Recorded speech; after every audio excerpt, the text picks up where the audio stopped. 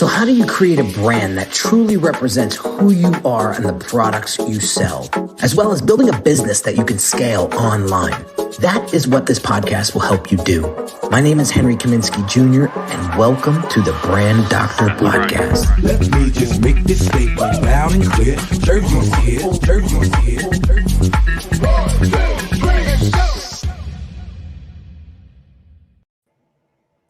What is going on, everybody? Welcome to another Brand Doctor Podcast episode.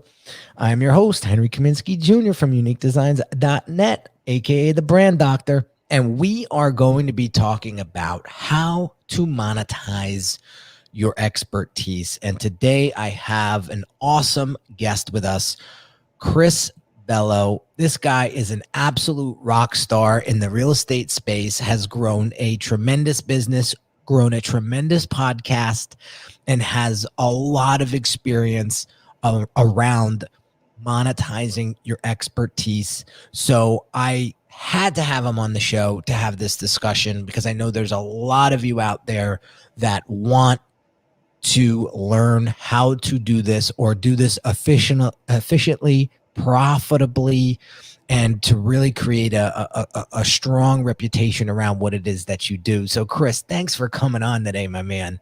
Henry, great to be here. Can you hear me okay? You are loud and clear, my friend. Perfect. And just like we were talking about how to buy a backup mic, so thanks for working with me. You know, you got to be flexible with entrepreneurship, but excited to be here with you today and with your audience and add some value. Oh, dude, it's such a pleasure. Real quick, before we get started, talk about some of your backstory. I want to get into it. 2-3 minutes. You know, give us that why behind what it is that you do. Absolutely. So that's a great question. I mean, I know a lot of people have their story of their origin story in a way. So mine is kind of just like going through the motions until after college. You know, I went to school. A lot of my friends went to this private school for high school. I went there. A lot of those friends went to a certain university. So I went there, and I never really was thinking like, what do I want to do with my life? What do I actually want? I picked a degree that sounded like it paid pretty well without being too difficult. Studied supply chain, if that's what anyone's wondering. And I ended up working in oil and gas afterwards. I'm from Houston, Texas. So there's a lot of energy companies, right? Service companies. And about 3.5 years in is when I started to wonder, you know, I got to that place where I finally had money, but I had no time. Whereas in college, I had time and no money. And so now I'm like, well, now I got some money, but I have no time to do anything with it. There's got to be something more. I can't see myself staying here for 10 years to earn 3 weeks of vacation. It just doesn't make sense for me. I'll never get to go anywhere. And so I started reading books and listening to podcasts and, you know, reading 4-Hour Work Week and Rich Dad Poor Dad and thinking like, wow, you know, the rich really do things differently. And they know a secret that we don't. They're leveraging assets and building wealth and leveraging other people's time. And so I actually quit my job in April 2017 to pursue an idea that I since have kind of cut the cord on. And so it kind of goes like that, right? I try to invent something, put a lot of time, effort, and money into it, stumbled my way through other ideas and side hustles while figuring out what I wanted to do. And like many new entrepreneurs do, I fell prey to shiny object syndrome. I want to try this. I want to try that. Let me try this too. Let me put a book on Amazon. Let me build a funnel and try to sell a course on something I don't know anything about. And so I did all that, like many people listening might have done as well, or maybe you're doing that now. And I finally got focused. I picked real estate. I started a podcast. I figured I'm going to be a podcaster while I build my real estate business. And I've stuck with those two things for several years now. I've done the podcast well over 3 years. Real estate I've been in for, I think, over 2.5 years now, maybe coming up on 3 years as well. So that's where I am now. And when you stick with something, big surprise, it actually starts to work after, you know, a couple of years usually, I think, is usually when you start to see the tipping point. Well, it's like the circle of focus I talk about a lot. You know, when you can focus on one thing and give 100% to that one thing, you bet your ass it's going to grow. It's going to build. Has to. Right? Yeah, exactly. But when you spread yourself into 3, 4, or 5 different verticals all at the same time, that's going to create quite a bit of riff and quite a bit of stretch on your part as far as attention and effort. And it's tougher to do. So, you know, yeah, everybody says 7 streams of income and this and that. And yeah, but why don't you spend a year or two developing that one stream income first, then start to branch out. And that's what I've been able to do as well. And it's working out quite well. But I want to get into some of the monetization strategies that you've been implementing inside of your business, and go deep on this right after this quick little message. If you're a business owner who feels your branding isn't truly representing the value that you deliver, check out this free video training that will help you level up your brand's messaging and online presence so that you can start attracting higher quality clients.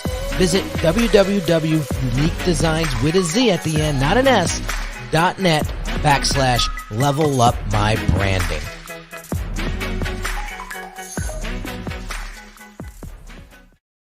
So we are streaming this podcast live at the moment, and we do have a live audience. And I just want to encourage the live audience, if you have questions for Chris or myself, drop them in the comments and we'll field them towards the end of the show.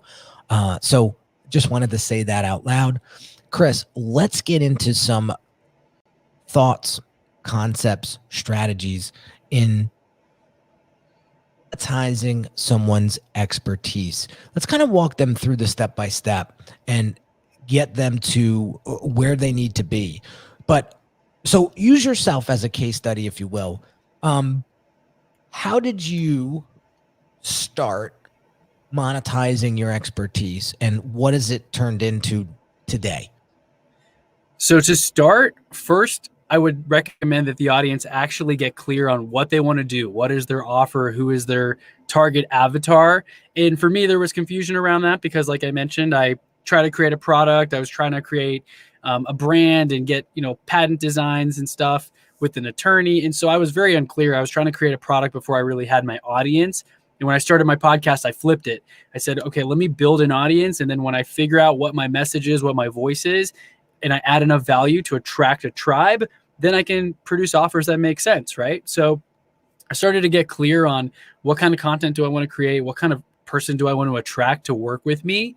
And then I realized that real estate is this vehicle, service industry, it's plug and play. You can get a license in real estate. You can get a license, I guess, as a hairstylist, for example, or barber, and you can get clients and start working right away. You don't have to really learn a crazy amount of skill. And so that's what I had done with real estate. And so I guess to put this in steps, and I'm going to write these down just so I don't get mixed up on them. I'd say first, get clear. Clarity is very important. Who do you want to serve? What do you want to do? What is your expertise right now, if you have any? Or what is the expertise that you actually want to acquire? Because that's going to require that you get a mentor or get training. You have to be an expert in something, but no one starts as an expert, right? So get clear would be my first step. And feel free to stop me at any time or dive in and ask questions. I'm actually writing these down so I don't get all mixed up in my own numbers. So step one is to get clear. I love it. That's awesome. Listen, I'm going to highlight something that you said about defining who you want to serve, but you sprinkled in the word offer in there, like establish some sort of offer. And I think that's where a lot of people get tripped up. They don't necessarily have the right offer. They have the service, they have the skill set, they have the transformation, they have the fill in the blank, right? But they don't know how to package it. Exactly. Right. And so it's very, very important to make sure that you package it in a way that people are going to resonate with it. It's going to be relevant, and it's going to come through somebody's feed, and they're going to say, I want that. And so you can't really build a brand. You can't really build a monetization strategy without that. And so I just want to plug that in. I hope people start to realize the importance of offer structure and development and how you position that before you really dive into the fun stuff. So good. Carry on. Yeah. So after you get clear, I'd say the second step in my own journey, if I'm actually backtracking and remembering what I did. Second step, the correct step, I made a lot of missteps there, but the second step that I would recommend to your listeners and to your audience, find a mentor, find someone who's actually done what you want to do. Don't waste time asking your friends or family who don't have experience in that thing. You love them, they could still be your friends, you love your parents, but if they've never done something in the field that you want to become an expert in, everyone's got advice, but what is their advice really worth if they don't have that experience? No hard feelings. It's just, have they done this thing that you want to do? And if not, how are they supposed to know how to get you there, right?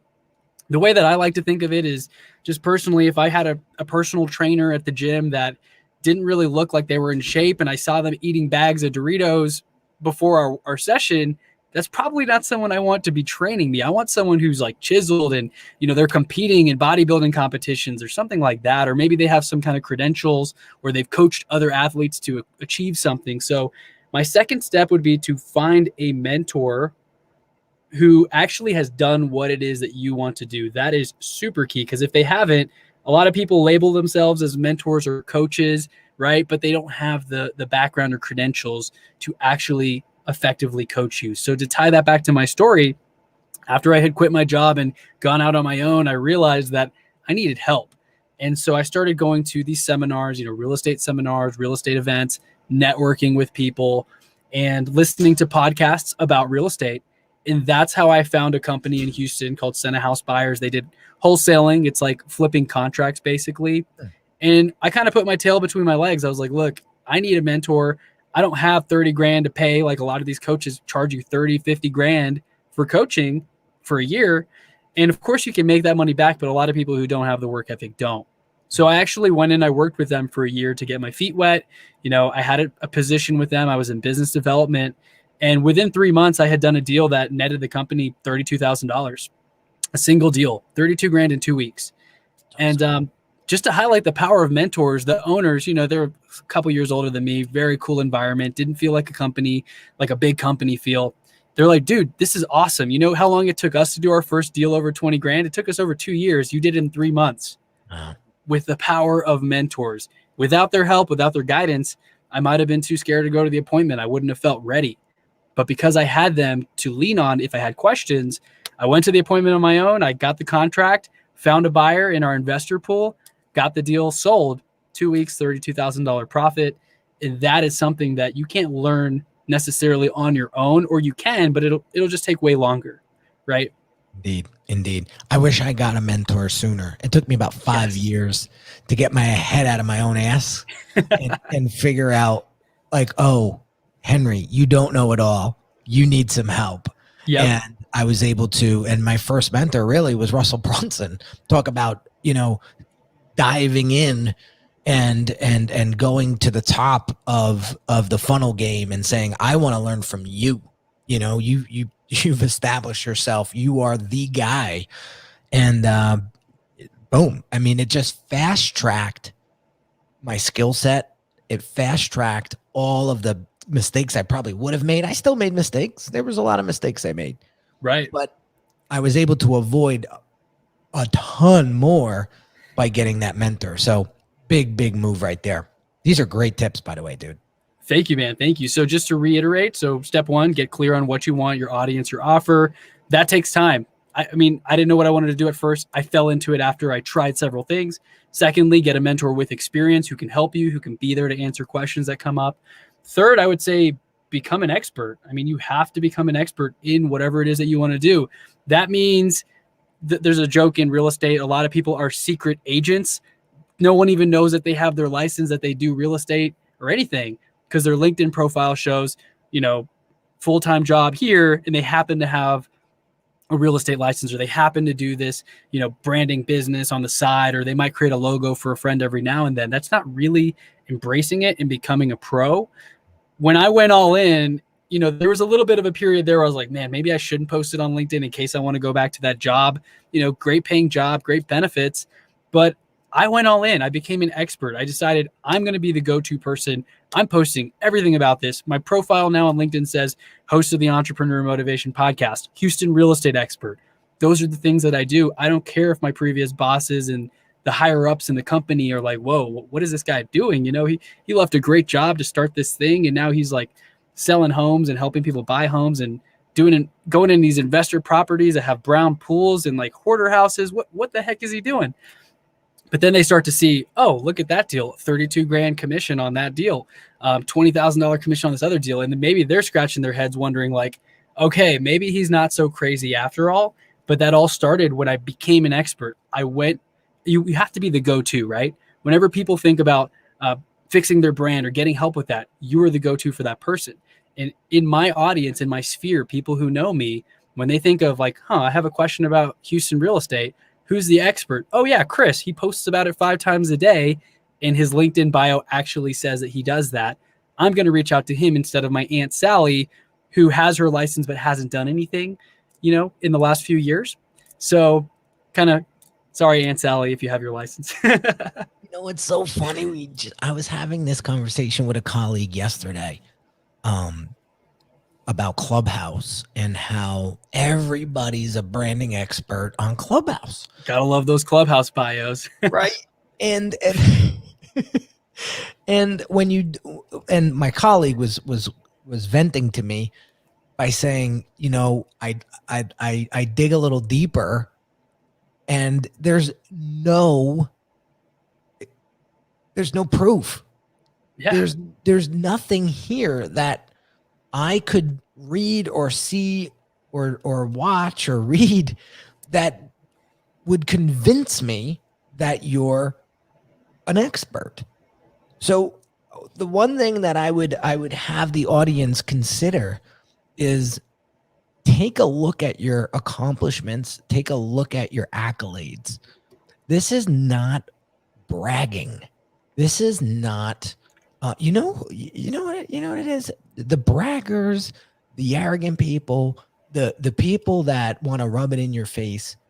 There's a vibe when they go to do that. Like there's a vibe that you pick up on, and it just doesn't feel good, right? Yeah. But when somebody tells an inspiring story and says, man, this is a rags to riches story, or this was a really cool story that I've learned so much from. I have a couple clients that have worked for Disney and worked for Nike and worked for some of these big brands like Versace, and they tell these stories about what they've learned through that experience. See how different that comes across? So they're showcasing and demonstrating their expertise, but they're doing it in a way that is very tasteful, that has a story behind it, and makes you say, wow, like I'm impressed. So you can't be the expert without the experience. So make sure that you start to build that expertise. I remember the first time I hit the 2 Comma Club award. I didn't think anything of it until I put the picture of me holding the award on my website. And I started to post about it. I did a podcast about it, and I started to get this feedback. And then I started to get clients because they said, well, shit, if he can build a funnel that generates over $1.3 million, maybe he can help me achieve that. Right. And then I realized the power of that award, and we're about $100,000 away from our second one, which is I'm super excited about. But awesome. Right. I'm saying to myself, like, there's the credibility, there's the proof, there's the actual expertise. So make sure that you showcase that expertise, because that's what people are looking for. They're gonna size you up, and just make sure that you position yourself in a way, and don't be afraid to share that stuff. And I gave you a cool example on how to do it in a tasteful way. So continue. Great stuff. I love this conversation. Yeah. And just to add to that, I mean, I have on my vision board, which I have on my desktop, by the way. So I have a quote from Patrick Bet David, and it says, in the end, your success will speak for itself.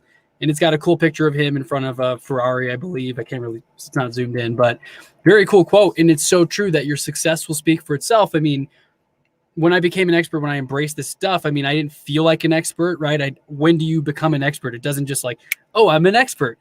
It happens from having the mentors, doing the reps, doing deals, whatever it is that you do. You have to put the reps in, you have to put the time in, and you mess up, you make mistakes along the way. We all do. No one's perfect. And you end up becoming an expert where it seems overnight, like you still have the self-doubt. I still constantly am like, well, am I the right person? Do I really know what I'm talking about? And then maybe a big deal comes through, or you get a new award and you're like, I am an expert. I'm underselling myself. I'm undervaluing myself. And you start to prove to yourself and others that you actually are an expert from what you're showing them. Look, I got this award. I closed this many actions. Look how many clients just signed with me. It's an amazing feeling, and it helps you understand that you are adding value. It helps you overcome that self-doubt in a way. So after you become an expert, of course, I would say you have to actually market yourself, right? It sounds crazy. I wish I could just, my friends and I just joke, we wish we could just telepathically like attract clients. And that's kind of my strategy in a way, but I'm posting a ton. I'm engaging with people. I'm doing podcast interviews such as this. I'm having guests such as yourself on my show later this afternoon, creating relationships, maybe getting an introduction to the next person whose podcast I'm going to be on, right? Or maybe they can be on mine as well. And doing that work, the stuff that seems like, is this really paying off? Is another podcast going to move the needle? It's hard to measure sometimes, right? But through having the connections, having the conversations, showing up, like I mentioned earlier, I showed up today. I was thinking, like, should I cancel all my appointments today because my flight to Houston got canceled and I don't have my equipment here? No, I found a WeWork. I bought a mic and a camera, and we're here. We're live. We're making it happen. Girlfriend's hanging out at the hotel, watching some TV, catching up, and you got to make it happen, right? And so when people see this, I posted about it. I was like, look, I hope everyone at home's okay. A lot of families without power. My parents don't have power, for example, in Houston. Pipes bursting. They're not used to cold weather down there. Mm-hmm. But it's out of my control. I'm not there. I can't do anything about it. I'm stuck here. I'm going to focus on what I can control. And I'm going to make an opportunity to market this to my audience. Look, if you hire me, this is what you get. No excuses, no cancellations. I show up, I'm here. Whether you like it or not, right? Sometimes I got to share bad news. Clients, may have to be disappointed at times because of things outside of your control. For example, one of my listings, I'm like, man, I hope his pipes didn't flood, bust and his house isn't flooded. I'm going to have someone go check on it for me since I'm out of town. But market yourself. And you don't have to, Gary Vee talks about this, document, don't create.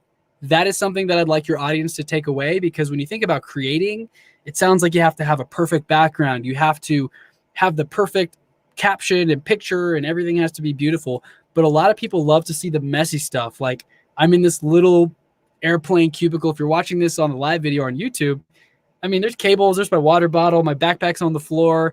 It's not a pretty sight. It's not the best studio, but the audio quality is there, and I'm hopefully bringing the value here. So market yourself, post a lot, let people know what you do. That kind of goes back to letting people know you are an expert and you're embracing that. So that would be step 4, market. And of course, if you have anything to add to that as well, marketing yourself, that is a whole nother podcast topic, right? It is.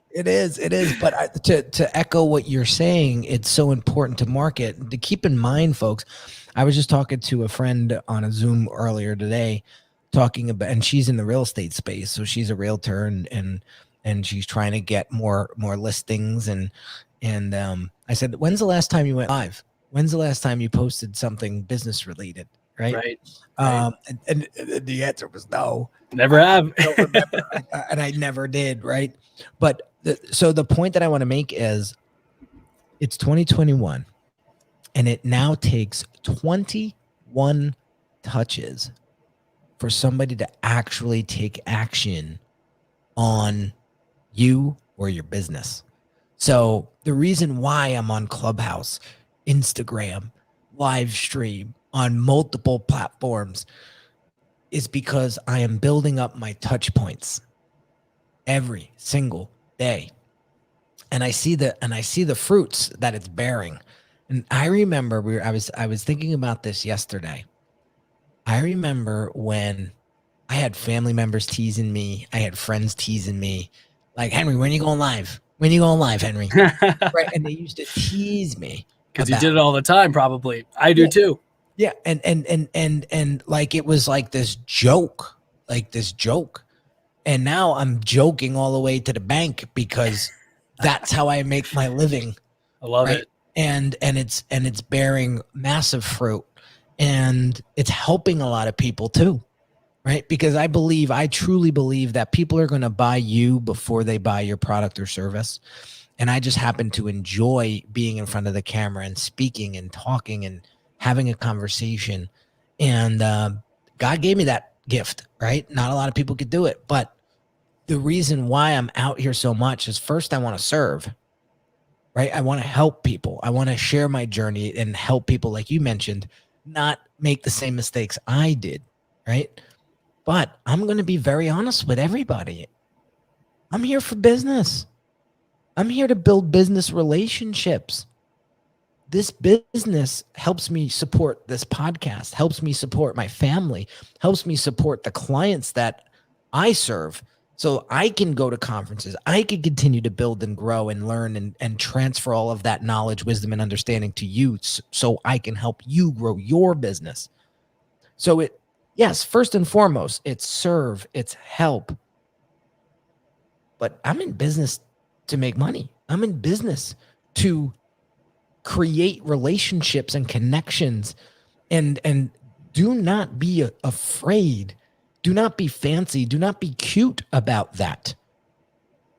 Be straight up with your audience, and they're going to appreciate that. They will, because they're like, this is a straight shoot guy, right? What you see is what you get. And I can tell you that goes a long way with me. You know, if you were to tell me, like, this is why I'm doing what I'm doing, all right, sign me up. Like, I'm all about that energy, right? If you can help me get to where I want to be faster, I'm all in. So yeah, marketing and understanding 22 touch points. If you're not out there, you know, making a difference every single day through your content, well, somebody else is. Exactly. And also to add on that point, I mean, now we live in such a distracted world, right? I had one friend, he texted me 2 days ago, and of course I'm in this whole fiasco, like, well, trying to get my flight set up to go back home. And so I didn't reply to him. I have like 10 unread texts and like a couple unread emails. My out of office was up. And so following up touch points, he's very good at this. His friend texted me today with him in the group chat. Hey, Chris, what's up, bro? We got a question. I guess they want to do like a collaboration or podcast. And so that got me, you know, the second touch, I replied, hey, what's up? You know, we got to schedule something. I see you guys are doing great. And then I replied to the other guy who I hadn't texted since 2 days ago, right? So touch points go a long way.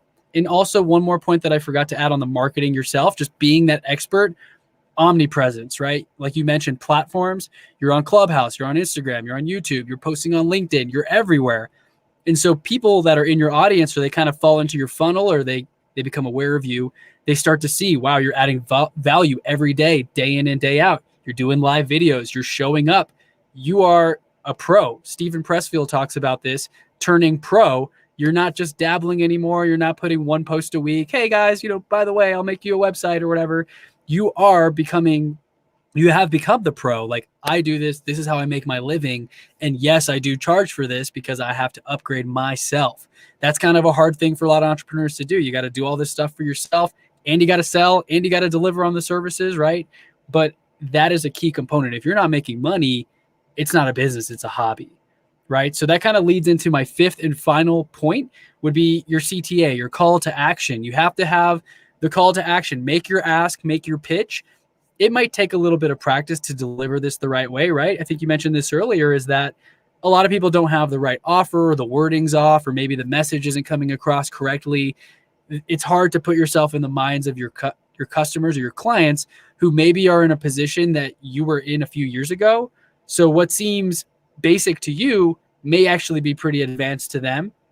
I have that happen all the time, where I'm like, do I really know this? And then people who've never done a real estate deal, to me, I'm an expert. I've done, you know, several deals. I got multiple transactions closing a month. To me, to them, I'm an expert. But of course, there are others down the road who are doing 10 times the volume, 20 times the volume.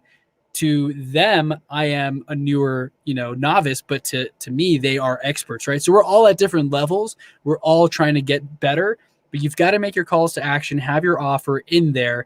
And I mean, there's different ways to do this. Personally, I'm pretty passive. I'm conversational, right? What you see is what you get.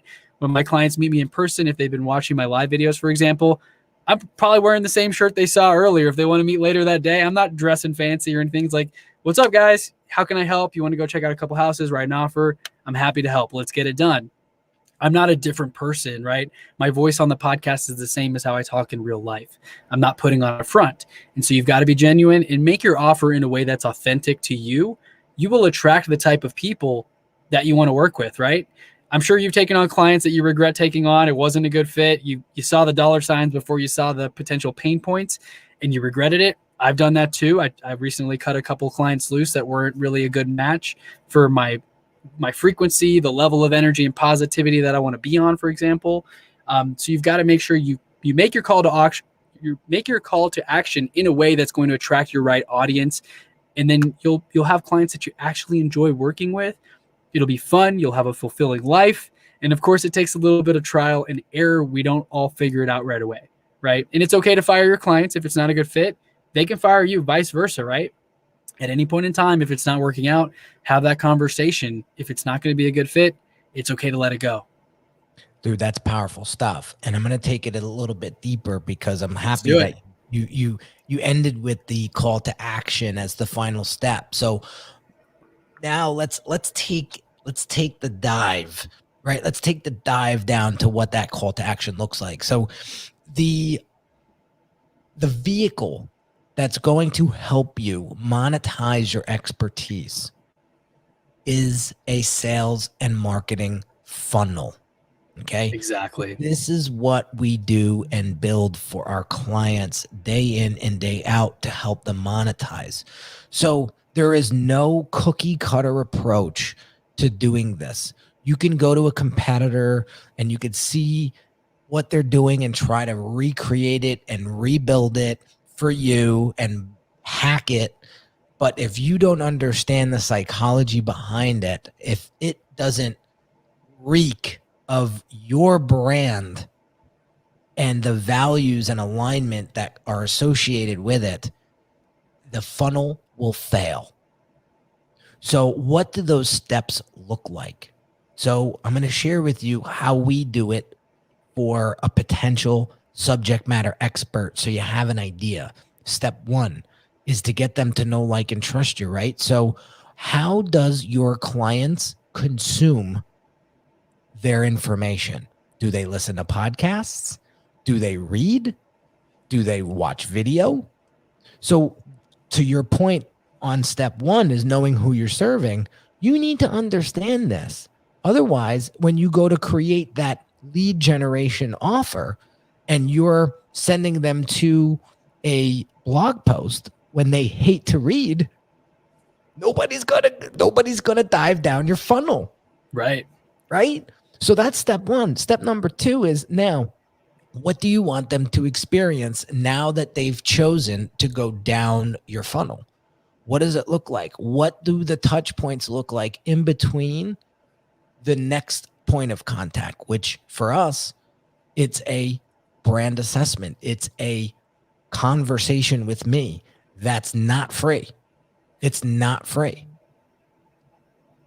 That's the next touch point. Well, what happens after that, right? Well, they're going to come on an assessment call with me, and we're going to dive super deep into where they're at, where they want to go, and the challenges in between that they need to overcome. Then what happens after that? Well, we got a couple of options. We can get into coaching, we could get into mentorship, or we have a done for you program that's going to establish a brand or a rebrand and help you build out your funnel, your website, your messaging, your identity online from soup to nuts. And it's all done for you in 90 days or less. That's the funnel. That's the experience. That's what needs to be customized for you. So that call to action is so important, but what happens after that is important too. Yes. And there's a lot of nuances that you need to dial in and tune up to get it right. So when you do it, it may not, and this is why the importance of brand strategy is so important, right? If you don't do the strategy up front, then you are building a funnel blind, and that's dangerous for many, many reasons. So that's why I always say measure twice, cut once, and that is the equivalent of doing brand strategy. Then we can build it out, and it goes up pretty fast. Like when you're building a house, if you don't have a blueprint, forget about it. But when you have a blueprint, it's like it's like putting together Tinker Toys. Like it's just boom, goes right up. Right. So treat your business the same way you would treat your brand, or your home if you were to build a new home. So I'm so happy that you talked about this, because it's what's going to help folks monetize their expertise in a step-by-step fashion and give them sort of the clarity and focus, because right now they may be sitting here like, I got a lot to work with, but I don't know what to do with it all. And so I was hoping this episode is going to help them kind of get some puzzle pieces in the right place so that they can start, getting some traction and getting some momentum. So Chris, my man, thank you so much for coming on today. I'm so pumped for later. I can't wait to come on your show. Likewise. Can't wait. Where can people learn more about what you do? Give them the name of the podcast. So you mentioned it before, but give them the name of the podcast, give them the website, give them everything. Yeah, so you can reach me. My podcast is called the Entrepreneur Motivation Podcast. It's on Apple and Spotify and all those different platforms. I also put the videos up on YouTube if you prefer to watch the talking heads or if it's a solo episode. And then you can check me out at chrisbello.com. That's just CHRIS, B as in boy, ELLO.com. That's my main site. I'm also most active on Instagram or Clubhouse. You can find me on there. Would love to connect. And also make sure to check out our episode on my show, because we're going to be recording that this afternoon. I can't wait, Henry. I'm pumped. Well, there you have it, guys. Another episode in the books. Don't forget to share this episode with somebody who may get value out of it. Don't forget to leave a review. I love reviews. I'll shout you out on all my platforms if you leave one. And like I said, if you take action on just one or two or maybe even 3 steps, if you're feeling ambitious, from what Chris and I spoke about today, it's going to help you get a hell of a lot further ahead than you taking no action at all. So have an amazing day, guys, and I will catch you on the next episode real soon.